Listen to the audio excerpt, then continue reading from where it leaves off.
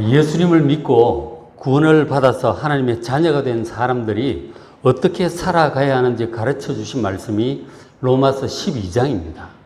그래서 지난번에 제가 말씀 전하기를 그 앞에 1절, 2절에서는 우리 몸을 하나님의 뜻대로 사용할 수 있도록 산 제물로 드리라고 했고, 또 우리의 마음이 이 세대를 본받지 말고 변화를 받으라고 얘기를 하셨어요. 그렇게 함으로써 하나님의 온전하신 뜻을 잘 분별해야 한다고 하셨어요. 그래야 우리가 하나님의 백성답게 살 수가 있는 것이죠. 자, 그러면 이제 우리가 행해야 할 하나님의 온전하신 뜻이란 무엇일까요?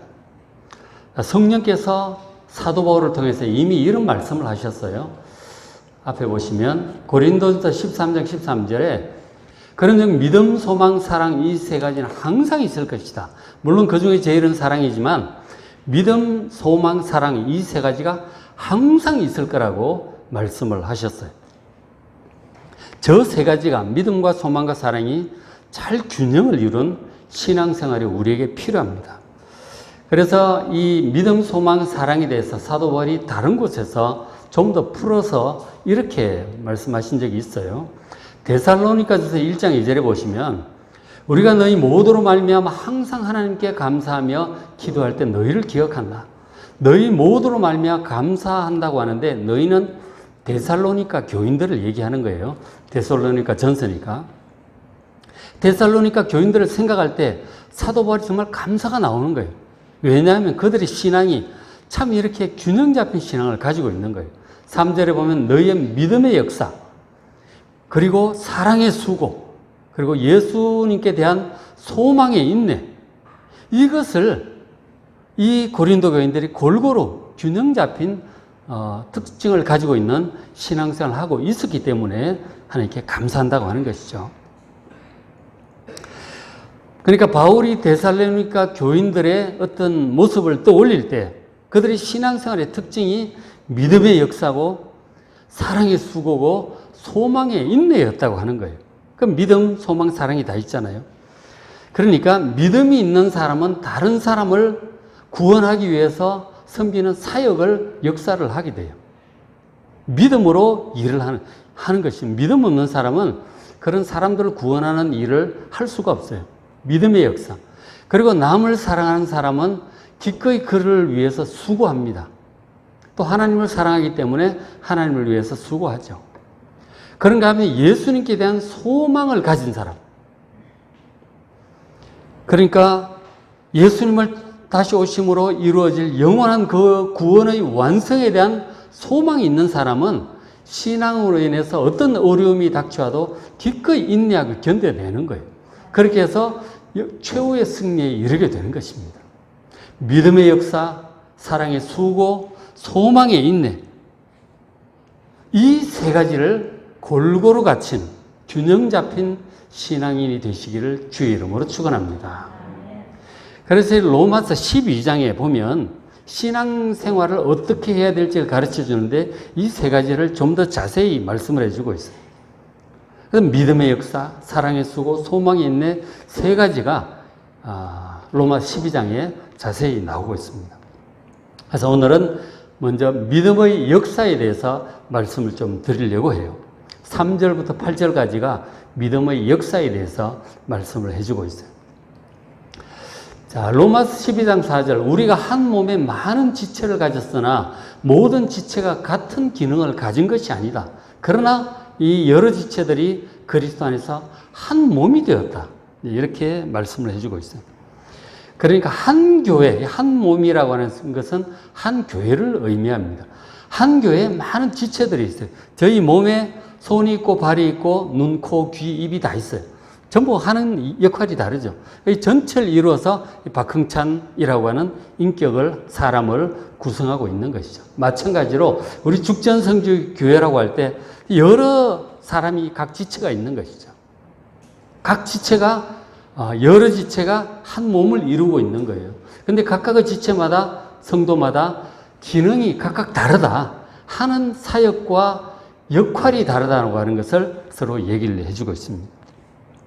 그렇지만 한 몸이다 하는 것이죠. 한 몸이다. 우리가 이제 신앙생활을 할 때 첫 번째로 기초적으로 중요한 것이 각 개인의 경건 생활이에요. 기도하고 말씀을 읽음으로 하나님과 늘 교통하는 것. 하나님과 이 교제가 되어야 됩니다. 이것이 이제 신앙생활의 기본이죠. 개인 경건 생활. 근데 이제 그것 가지고 다 되는 게 아니에요. 개인 경건 생활을 기본으로 해서 그 외 많은 것들이 교회 공동체 속에서 이루어집니다. 그래서 신앙생활을 균형 있게 우리가 잘 하려면 먼저 기도하고 말씀을 읽는 개인 경건 생활을 기본으로 해서 동시에 교회 안에서 각자의 재능과 은사를 따라서 맡은 직분을 잘 감당하면서 또 성도들과도 잘 지내야 되는 것이죠. 그렇게 할 때 우리의 신앙이 아주 건강하게 잘 성장할 수 있습니다. 성도들이 여럿이라도 각각 받은 은사가 다르고 또 사역과 직분이 다르다는 것을 이해를 해야 돼요. 그래서 각각의 장점과 단점이 따로 있는 것이죠. 다른 사람이 왜 나처럼 하지 못하는가? 저 사람은 왜 나와 같지 않은가? 그렇게 말씀을 하시면 안 되는 거죠. 각각의 어떤 사람을 볼 때 단점이 보이잖아요. 그 단점의 이면에 그 사람 특유의 장점이 있기 때문에 그런 단점도 나오는 거라고요. 그 사람이 가지고 있는 장점은 나에게 또 없는 거죠. 그러니까 서로를 이제 각각의 다름을 인정하고 인격을 존중하고 하는 특징과 사역을 귀하게 여겨야 되는 것입니다. 그렇게 해서 함께 그리스도의 몸된 교회를 세워 나가게 됩니다. 그래서 성도들이 여럿이라도 각각 받은 은사가 다르고 사역과 직분이 다르다는 것을 잘 이해하시고 다른 성도들의 은사와 사명, 특징을 존중하시길 바랍니다. 있는 그대로 존중하시길 바랍니다. 사람들을 구원의 길로 인도하는 우리 교회의 사명은 각 성도가 각각의 직분대로 사명을 감당함으로써 이루어집니다. 함께 해나가는 것이죠. 각자의 사역은 하나님께서 각자에게 나눠주신 은사를 따라서 해야 돼요. 은사를 따라서 해야 됩니다. 그렇게 해야 자기에게 맞는 은사와 재능을 따라서 해야 본인에게 더 쉽고 그리고 재미도 있고 능률적이에요. 그래서 어떤 일을 우리가 본격적으로 하기 전에 하나님께서 나에게 주신 은사가 무엇인지를 좀 점검해 볼 필요가 있어요. 나에게 무슨 은사를 주셨는가 파악을 하고 깨닫고 그것으로 섬기는 것이 쉽고 재미있고 또 열매도 많아요. 은사를 깨닫는 것이 중요하다 하는 것이죠. 그래서 은사가 저기서는 기능이라고 표현이 되어 있잖아요. 은사에는 자연적인 은사도 있고 영적인 은사도 있습니다. 먼저 자연적인 은사라고 하는 것은 신앙과 상관없이 예수를 믿든 안 믿든 신앙과 상관없이 일반적으로 사람마다 가지고 있는 재능이나 소질을 의미합니다. 공부 잘하는 사람 따로 있죠. 운동 잘하는 사람 따로 있고요. 음악이나 미술을 잘하는 사람 따로 있습니다. 저는 미술은 완전히 꽝입니다. 양 못합니다. 그 다음에 아주 엔터테이너들, 사람들 참 즐겁게 해주는 분도 있고, 그럼 잘 가르치는 교사도 있고, 리더십이 있는 사람도 있고, 요리를 잘하는 분들도 있죠. 교회에서 섬기는 일을 하려면 이왕이면 자기가 잘하는 것을 하는 게 좋아요. 그래야 즐겁고 재미있다. 못하는 것 시키면 아주 괴로운 것이죠. 잘하는 것을 하는 것이 좋다 하는 거죠. 그 다음에 영적인 은사는 무엇이냐면 예수 믿고 거듭난 다음에 성령께서 추가로 주신 은사입니다. 예수 믿은 사람만 가지고 있는 것이죠. 예를 들어서 불신자 같은 경우에 방언을 한다든지 예언을 한다든지 그 다음 신유, 영분별 이런 거는 못하죠. 할 수가 없죠. 이거 이제 성령께서 주신 은사가 따로 있는 것이죠. 그리고 이제 같은 지혜의 은사를 할지라도 자연적인 지혜가 있는 사람이 있죠. 지혜로운 사람이 있어요. 그런데 성령께서 주시는 지혜는 또 차원이 다른 거예요. 그리고 가르치는 자연적인 재능이 있는 사람들이 있어요. 잘 가르치는 사람들이 있어요. 있는데 그런 사람이라 할지라도 거듭난 후에 성령께서 특별히 또 가르치는 은사를 더하시면 이 가르치는 차원이 달라지는 거예요. 특별히 이제 영적인 것들을 가르칠 때 그 실력이 이제 나타나죠. 성령께서 주시는 가르치는 은사가 또 필요한 것이죠. 그래서 우리가 이제 어떤 일로 섬길 때 자신의 재능과 영적인 은사를 잘 깨닫고 발견하고 그에 따라 사는 것이 아주 좋습니다. 그러니까 어떤 것이 나의 은사고 재능일까? 그것은 생각해 보면 알 수 있어요. 내가 주로 하고 싶은 일이 있어요. 하고 싶은 일, 그거 하면 참 재미있게 할 수 있는 일. 그리고 남들은 어렵다고 하는데 나는 그것이 그다지 어렵질 않아. 부담 없이 할 수 있어요. 잘할 수 있어요. 그런 일에 그 사람은 재능이 있고 은사가 있는 것이죠. 그런 일을 하는 것이 좋다 하는 것이죠.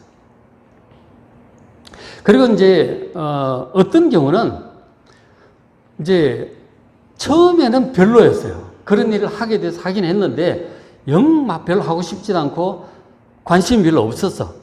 그런데 이게 하면 할수록 점점 더 재미가 있는 거야. 더 잘 돼. 이 자기 속에 숨어있는 은사를, 재능을 발견을 한 거죠. 영적인 것도 마찬가지입니다. 신유의 은사를 받은 사람은 아픈 사람을 보면 기도해주고 싶어요. 막 그냥 지나갈 수가 없어. 중보기도도 하고 그러다가 붙잡고 기도를 해주고 싶은 거죠. 붙잡고 기도해주면 병이 막 나아요. 그게 이제 신유의 은사, 치유의 은사가 있는 것이죠. 자기에게 주어진 은사가 다 따로 있다 하는 것입니다. 어떤 사람도 위해서 기도하면 그 사람이 영적으로 지금 어떤 상태인지 진단이 돼요. 어떻게 해야 될지 답이 보여요. 그 예언의 은사 같은 그런 은사들이 있죠. 영분별의 은사라든가 어떤 기적적인 능력이 나타나는데 보니까 이상해. 이거는 성령에 속한 것이 아닌 것 같아요. 사단도 악한 영들도 영적인 능력이 나타나요. 근데 좀 이상하죠, 느낌이. 섬찟하죠. 그런 것들이 이제 분별이 되는 영분별 연사인지 이런 것들도 있다 하는 것이죠. 그래서 어쨌든 자기에게 주어진 은사를 좀 발견할 필요가 있어요. 깨달아야 돼요. 기도하면서 또 성령의 인도하심을 따라서 자신의 재능과 은사를 발견하셔서 그에 맞는 사역으로 교회 공동체를 섬기는 여러분 되시길 바랍니다. 지금 믿음의 역사라고 하는 것이 이런 것들을 지금 말씀을 하고 있는 거예요. 자, 그래서 이제 특히 영적인 은사에 대해서 고린도전서 12장, 13장, 14장에서 예언, 신유, 방언, 능력 이런 것들이 있는데 여기 로마서 12장에 있는 이 은사는 좀 다른 컬러의 은사들을 얘기를 해주고 있어요. 그래서 오늘 여기 보려고 합니다. 그래서 로마 12장에 나오는 영적인 은사는 교회 생활과 하나님의 나라 건설을 위해서 사명을 감당하는데 필요해서 성령께서 예수 믿은 다음 추가로 주신 은사들이 그 본문에 7가지가 나옵니다. 7가지. 자, 보시면은 12장 6절 우리에게 주신 은혜대로 받은 은사가 각각 달라요. 여러분에게 어떤 은사들이 있는지 한번 잘 좀 생각을 해 보시길 바랍니다. 오늘 제가 7가지 다 설명해 드릴 텐데 잘 한번 들어보시고 생각을 해 보세요. 먼저 예언이 있어요. 그죠? 예언은 믿음의 분수를 따라서 해야 되고요. 7절에 섬기는 일이 있습니다. 섬기는 은사가 있어요. 그 다음에 가르치는 자, 가르치는 은사도 있습니다. 8절에 위로하는 은사가 있어요. 사람들을 낙심하고 용기를 잃은 사람을 말로 잘 이렇게 낙담한 사람 이렇게 세우는 위로하는 은사가 있어요. 구제하는 은사도 있고요. 성실함을 해야 돼요. 다스리는 은사도 있습니다. 리더십이죠. 그 부지런함을 해야 되고 긍휼을 베푸는 은사도 있습니다. 이것은 즐거운 마음으로 그 은사를 잘 사용하여 사람들을 섬기라고 말씀을 하시는 것이죠. 자, 먼저 예언의 은사를 말씀을 드립니다. 이 예언의 은사란 장래일을 알아맞힌다는 그런 뜻이 아니고 받들 예자예요. 말씀 은자. 그러니까 하나님의 말씀을 받아 사람들에게 전하는 은사를 얘기하는 것이죠. 하나님의 뜻이 무엇인지를 깨닫는 개인이든 회중이든 하나님의 뜻을 깨닫고 전하는 것이죠. 그게 예언의 은사입니다. 그 사람을 혹은 그 공동체 그 시점에 그 사람을 그 공동체를 향한 하나님의 뜻을 정확히 깨닫고 전해주는 것이 예언의 은사입니다. 그래서 예언의 은사를 예언의 은사를 잘 쓰는 사람은 당연히 하나님의 뜻을 잘 분별하죠. 분별을 해야 전할 거 아니에요. 그죠? 어떻게 하나님의 뜻을 분별하겠어요? 주로 이제 기도응답, 기도할 때 마음의 감동이 있죠. 성경을 읽다가 하나님의 뜻을 깨닫게 나. 딱 보는 순간, 아, 이거 어느 누구의 어떤 상황이구나. 이건 이래야 돼요. 그 사람을 위해 중보기도 하다 보면 말씀을 통해서 보이는 거죠. 말씀을 통해서 깨달아지기도 하고 또 성령의 어떤 감동, 생각으로 주어지기도 합니다.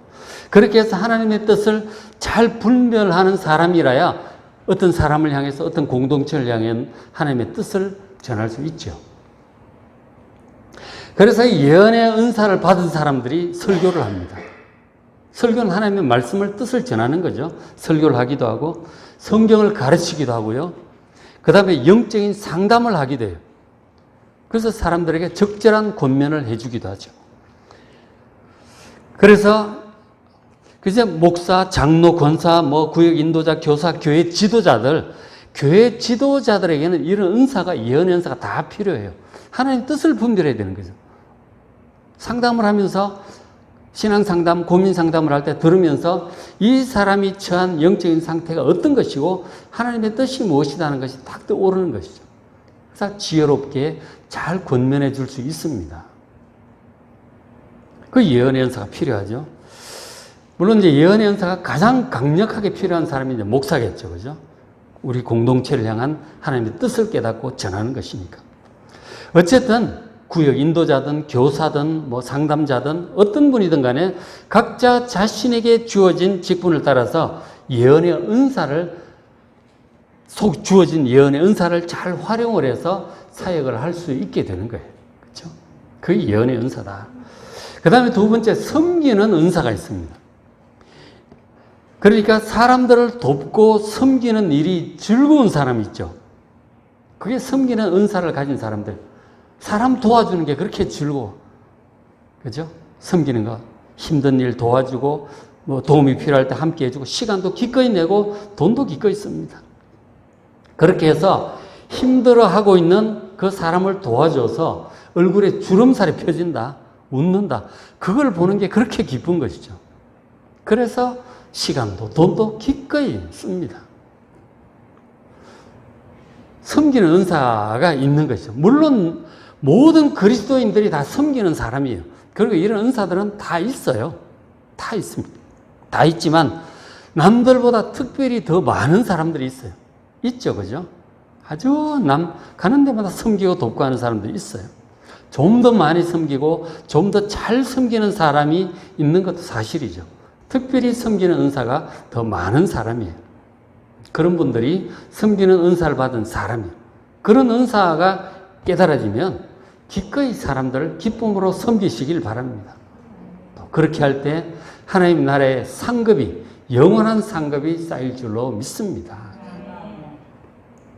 그 다음에 세 번째가 이제 가르치는 은사예요. 그죠? 가르치는 은사. 그러니까 잘 가르치는 사람이 있어요, 보면. 지식이 많은 사람과 그것을 잘 가르치는 것은 전혀 별개의 문제입니다. 별개의 문제. 그러니까 굉장히 본인은 지식을 많이 가지고 있는데 영 가르치는 은사가 없는 분들이 있어요. 도대체 무슨 소리 하는지를 모르겠어. 그런 사람도 있죠.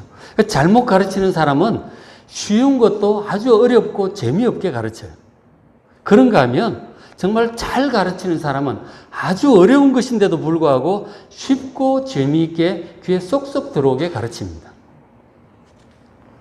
어떤 지식을 남에게 잘 전달하는 것, 가르치는 것은 참 중요한 은사예요. 참 중요한 은사입니다.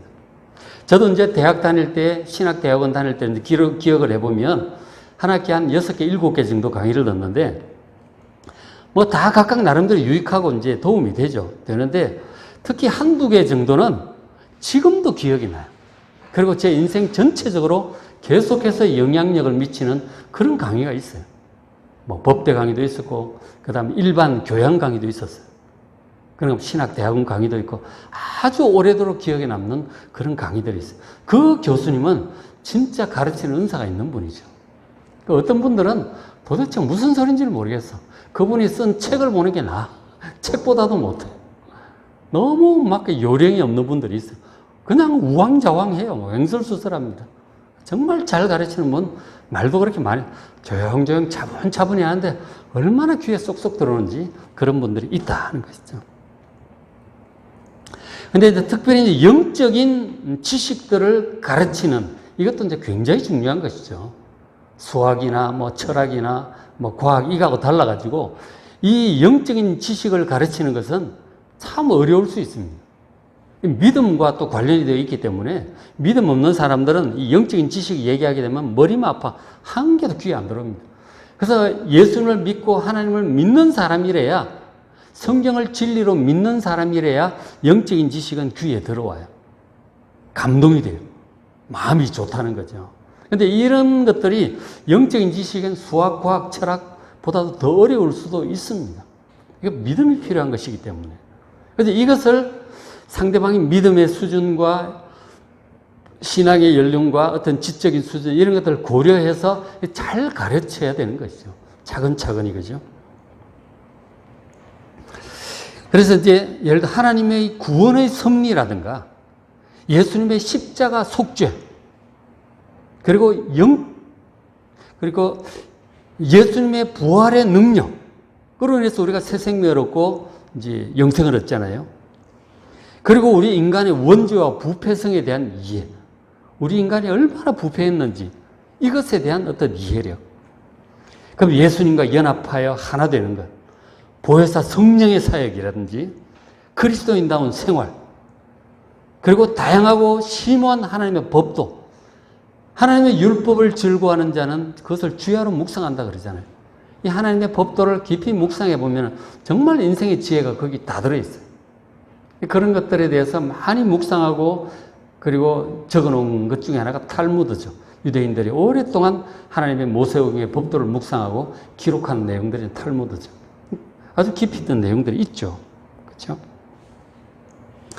어쨌든 영적인 진리를 정확하게 이해하고 잘 가르쳐 깨닫게 하고 믿게 하는 이 가르치는 사역, 이것도 굉장히 중요한 사역이다 하는 거죠. 그래서 이 가르치는 것을 좋아하고 또 잘 가르치는 분들은 귀중한 은사를 받은 거예요. 그러니까 상황이 주어지면 최선을 다해서 가르치는 일로 섬기시길 바랍니다. 많은 유익을 끼칠 수 있어요. 그 다음에 위로하는 은사가 있습니다. 위로하는 은사. 이것은 이제 사람들을 격려하고 북돋아주는 은사예요. 남의 기를 살려주는 은사죠. 근데 어떤 분들은 남의 기를 팍팍 죽이는 사람이 있어요. 꼭 말만, 입만 열면 남의 기를 죽이는 사람이 있어요. 그건 안 좋죠. 기를 살려주고 낙심한 사람을 이렇게 세워주고 용기를 북돋아주는 이런 은사를 가진 사람이 위로하는 은사를 가진 사람이죠. 사람들 중에 대화를 해보면 남의 말을 잘 못 들어주는 굉장히 성급한 사람이 있어요. 굉장히 성급한 사람이 있죠. 근데 위로하는 은사를 가진 사람은 남의 얘기를 잘 들어요. 잘 듣습니다. 때때로 이제 우리가 그런 말들을 듣게 되는데, 나 도대체 저 사람 도대체 왜 저런 식으로 말을 하는지 이해가 안 됐다. 왜 저러는 거야? 그런 사람은 이 위로하는 은사가 없는 사람이죠. 다른 사람의 마음을 잘 이해를 못 하는 거죠. 그런데 이제 위로하는 은사를 가진 사람은 어떤 사람 말을 들을 때 표정이나 행동을 볼 때 그 사람이 왜 그렇게 하는지, 왜 그런 말을 하는지가 잘 이해가 돼요. 그러니까 이 위로할 수가 있죠. 사람 마음을 정확히 이해할 수 있어요. 그 고통, 그 아픔, 그 문제, 말 못하는 애로사항, 그게 느껴진다니까요. 그래서 잘 위로할 수 있게 되는 것이죠. 우리 요즘 TV에 그 오원영인가요? 심리 상담하시는 분. 굉장히 잘 듣죠. 그 마음 속까지 보는 거예요. 그러니까 사람 정확히 얘기해주고 위로할 수 있는 거예요. 그죠? 근데 그게 있어요. 어느 정도. 성도들 중에도 그런 능력을 가진, 은사를 가진 사람들이 있다 하는 것이죠. 누구나 단점을 가지고 있지만, 그러나 위로하는 은사를 가진 사람은 그 사람의 장점을 찾아낼 줄 알아요. 그리고 얘기해주고 용기를 내게 해줍니다. 사람들을 격려하고 낙담한 사람을 잘 일으켜 세우는 그 은사, 이게 이제 위로하는 은사죠. 참 귀한 은사예요. 왜냐하면 사람들이 다 장점만 있는 것이 아니고 전부 단점들이 다 있거든요. 잘 못하는 게 있어요. 잘 못하고 실수하면 낙담하게 돼 있거든요. 그때 이제 용기가 필요합니다. 넓은 마음으로 이해하고 잘 북돋아주는 그런 은사를 가진 분들은 잘 활용을 해서 사람들 위로하고 격려해 주시길 바랍니다. 그 다음에 이제 다섯 번째, 구제의 은사가 있어요. 구제의 은사. 이것은 남을 돕긴 돕는데 특별히 물질로 돕는 것을 의미합니다. 물론 이제 돈이 꼭 넉넉해서 하는 것만이 아니라 자기가 좀 덜 쓰더라도 어려운 사람을 도와주는 것이 훨씬 기쁘고 보람이 있는 거예요. 그래서 그렇게 해요. 우리가 이제 이웃에게 관심을 가지고 쳐다보면 이게 이제 그리스도인의 마음이죠. 그러나 믿지 않는 자들은 기본적으로 이제 보면은, 믿는 사람들도 마찬가지, 기본적으로 좀 이기적이죠, 우리가. 그죠? 자기 문제에 빠져 사는 사람들이 많아요. 남을 잘 쳐다보질 않아요. 그 사람이 어떤 고통 중에 있는지 이렇게 잘 쳐다보지 않는 사람들이 많은데, 그리스도인이란 이렇게 남을 살펴야 되는 사람들이죠. 저 사람이 어떠한가? 도움이 필요한가? 내가 도와줄 수 있는가? 그런 것들을 우리가 살피면서 봐야 되는 것이죠. 그러니까 우리가 마음이 상한 사람, 아픈 사람, 일손이 필요한 사람들이 있죠. 이제 그들을 도와주는데, 그 중에 이제 구제인 사람, 특별히 물질로 돕는 거란 말이에요. 물론 이제 모든 그리스도인들이 다 해야 되는 것이긴 하지만, 물질에 복을 받은 사람들이 또 있죠. 어느 정도. 어느 정도 물질에 좀 복을 좀 받은 분들이 있는데, 그런 분들에게 구제의 은사가 있다면 많은 사람들이 도움을 받게 돼요. 사람들 이렇게 잘 살펴보면서 물질이 필요한 사람, 아주 꼭 큰 돈이 아니라도 상관이 없어요. 저도 이제 전에 이제 그 교육전도사고 이럴 때 굉장히 가난하죠. 교육전도사는 다들 이제 굉장히 가난한데, 항상 월세 걱정하고 이제 그렇게 지내는 시기인데, 그때 이제 교회 중에 권사님이라든가 어느 장로님이나 이런 분들이 이렇게 잘 살피시고 쌀도 한 포대 막 갖다 주시고 몇만 원 집어 주시기도 하고 늘 기도하고 있다 그러고 그런 분들이 계셔요, 보면. 그러니까 이제 그런 시기를 지내왔죠. 그런 분들이 구제의 은사를 가진 사람들, 살필 줄 아는 거죠. 물질적으로 그렇게 할 줄 아는 그런 분들이 있어요. 그러니까 돈을 정말 멋있게 잘 쓰는 분들이 있어요. 참 돈 쓸 줄 아는 분들이 있고, 효과적으로 잘 사용을 해서 하나님의 사랑을 나타내요. 참 고마운 분들이 제 기억 속에도 여러분들이 있었죠. 그 다음에 이제 다스리는 은사도 있습니다. 다스리는 은사. 이 다스리는 은사는 지도자가 되는데 꼭 필요한 은사예요. 어떤 기관의 회장, 부서의 부장, 대장, 이런 분들. 그러니까 그 조직 전체가 효율적으로 잘 움직일 수 있도록 조직도 하고, 각각 일도 분담도 해주고, 그리고 각 사람이 일할 수 있도록 동기도 부여하고, 잘 격려해서 전체적으로 일이 돌아가게 하는 것이죠. 그 조직 전체의 본연의 목적을 잘 감당할 수 있도록 전체를 이렇게 리드해 나가는 거예요. 반드시 필요합니다. 훌륭한 리더가 그 조직에 끼치는 영향 굉장히 크죠. 굉장히 중요합니다. 우리 선거도 많이 했지만 대통령 나라에서 굉장히 중요하죠. 시장, 도지사, 굉장히 중요한 거예요. 리더십이 어떻게 조직적으로 이걸 잘 이끌어가느냐에 따라서 조직 전체가 살기도 하고 죽기도 합니다. 이거 리더십의 은사를 받은 분, 여러분 잘 일 감당하시길 바랍니다. 갈등이 있을 때 갈등 조정도 잘 해주죠. 지도자는 기본적으로 이제 전부 다 챙겨야 되잖아요. 각 사람을 다 보고 전부 다 챙겨야 돼요. 그래서 지도자는 뭐라고 그래요? 다스리는 자는 어떻게 하라고요? 부지런함으로 해야 된다. 굉장히 부지런해야 돼요.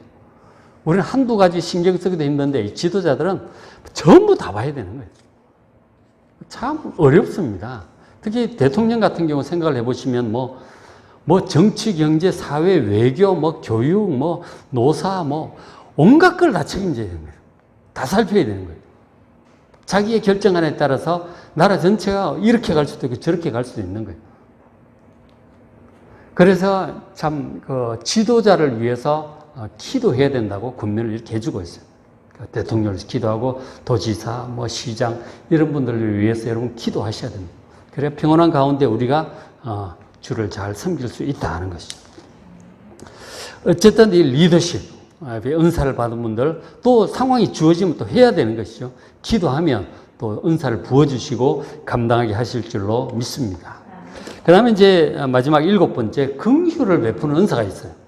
긍휼을 베푸는 은사. 그러니까 앞에 있는 섬기는 은사와 구제 은사와 비교를 해본다면 섬기는 은사는 남의 입장을 생각해서 그들을 돕는 거잖아요. 그죠? 그 사람을 돕는 거예요. 일손이 필요해서 돕는 거고, 그럼 구제의 은사는 물질로 돕는 거잖아요.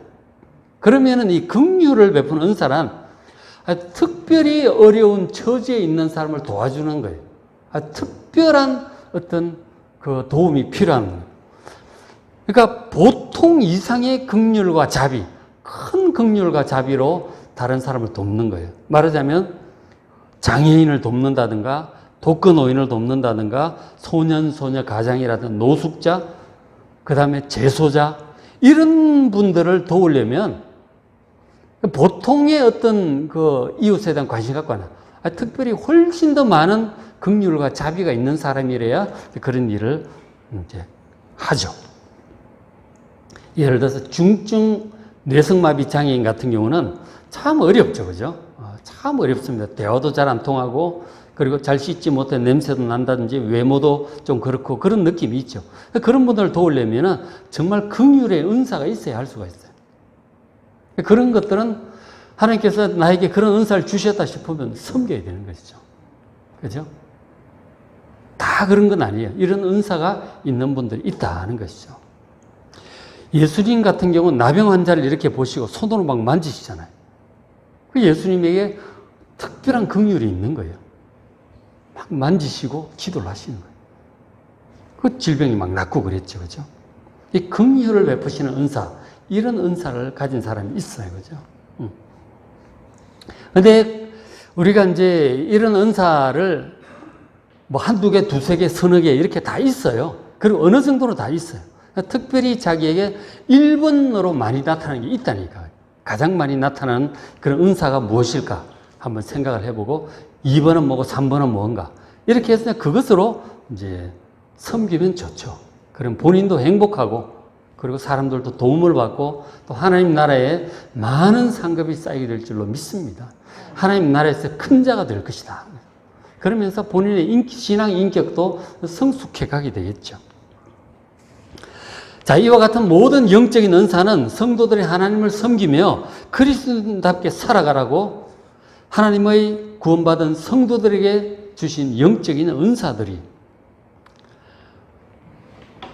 우리가 이제 다 받았고 어느 정도 다 해야 되지만 특별히 자기에게 관심이 많은 것, 그동안 주로 했던 것, 남들보다 조금이라도 더 잘하는 것, 그런 것이 무엇인지 여러분 잘 생각해 보시고 자신이 잘할 수 있는 그 은사를 따라서 성도들을 섬기고 교회에서 일을 맡아 섬기시길 바랍니다.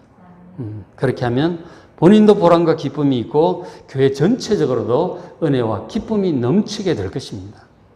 그런 것들을 통해서 교회도 성장하게 되겠죠. 우리 각자에게 주신 달란트와 은사로 열심히 섬김으로써 많은 열매를 남겨서 은사를 주신 주님께 여러분 칭찬과 상급과 영원한 면류관을 받으시기를 주의 이름으로 축복합니다. 기도하겠습니다.